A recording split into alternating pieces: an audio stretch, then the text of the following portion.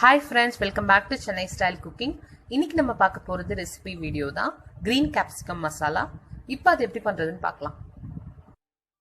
கடாயில 2 டேபிள்ஸ்பூன் நெய் சேர்க்க போறேன். டீஸ்பூன் தான், சாரி டேபிள்ஸ்பூன் இல்ல.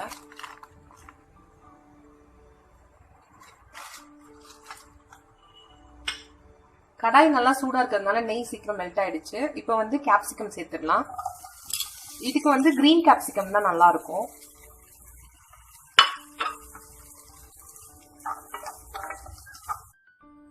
இந்த கேப்சிகம் வந்து பாத்தீங்கன்னா நல்லா இப்போ வந்து ஃப்ரை ஆகுது. இது நம்ம வந்து இந்த மாதிரி வறுத்து போட்டாதான் நல்லா இருக்கும். கிரேவி அப்படியே போட்டு செய்யறத விட இந்த மாதிரி வறுத்துட்டு அதுக்கப்புறம் சேர்த்தா அது கிறிஸ்பாவே இருக்கும். இன்னும் கொஞ்சம் வறுத்தா போதும். இது வந்து பாத்தீங்கன்னா இப்ப நல்லா ஃப்ரை ஆயிடுச்சு. இப்ப எடுத்து இதை தனியா வச்சிடலாம். அந்த கடாயிலே இப்போ 2 டேபிள் ஸ்பூன் எண்ணெய் சேர்த்துக்கலாம்.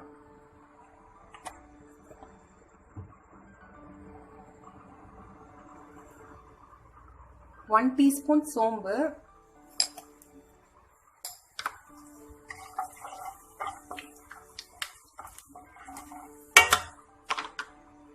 இப்ப நான் 2 வெங்காயம் அரிஞ்சு வச்சிருக்கேன், இதை சேர்த்துடலாம்.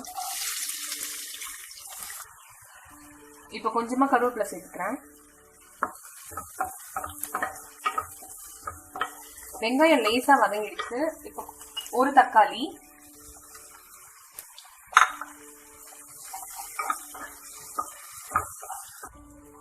வெங்காய தக்காளி வந்து பாத்தீங்கன்னா நல்லா வதங்கிடுச்சு. இப்ப நான் வந்து 1 டேபிள் ஸ்பூன் அளவுக்கு மிளகாத்தூள் சேர்க்கிறேன், ரெட் சில்லி பவுடர். 1 டீஸ்பூன் அளவுக்கு தனியாத்தூள், 1/2 டீஸ்பூன் மஞ்சள் தூள். இந்த மசாலாலாம் நல்லா வந்து அது வதங்கணும். இந்த வெங்காய தக்காளி நல்லா வதங்கிட்டு இருக்கும் போது ஒரு 5 to 6 பூண்டு வந்து நான் சின்ன சின்னதா கட் பண்ணி சேர்க்கிறேன்.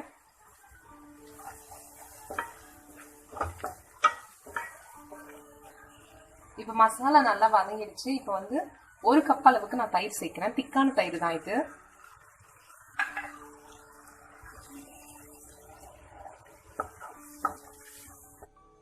நம்ம தயிர் சேர்க்கும் போது அது மீடியம் ஃப்ளேம்ல தான் இருக்கணும், இல்லைன்னா கொஞ்சம் திரியாயிடும்.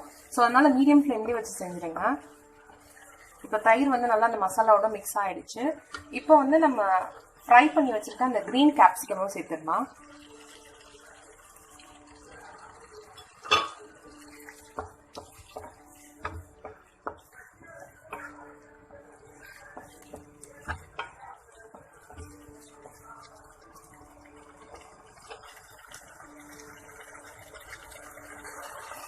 இப்போ 1 டீஸ்பூன் அளவுக்கு உப்பு சேர்த்துடலாம். தண்ணி சேர்க்காதனால கொஞ்சம் உப்பு போட்டாலே போதும். உங்களுக்கு டேஸ்ட்டுக்கு ஏற்ற மாதிரி நீங்க உப்பு சேர்த்துக்கோங்க.